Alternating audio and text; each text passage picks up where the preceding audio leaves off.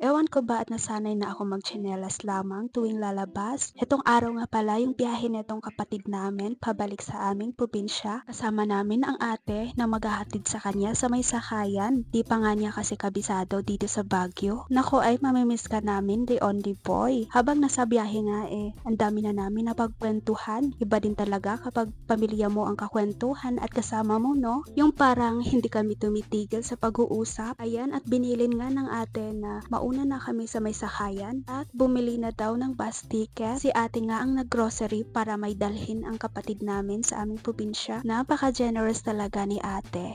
Pagkatapos nga namin ay nag-aya ang ate na kumain. Gutom na daw siya. Dito nga kami sa may Jollibee kakain. Sakto nga at di pa ako nag-aalmusal. Ayan, at libre nga ng ate bagong sahod niya sa kanyang pagiging teacher. God bless you, ate. You deserve all your blessings from God. Heto nga at sinamahan ko si ate ng buhatin itong lalagyanan ng sapatos at slippers nila. Gawa nga ito sa kahoy na naa-assemble kaya mabigat. Mga kadayari, hanggang dito na lang muna. Hanggang sa muli.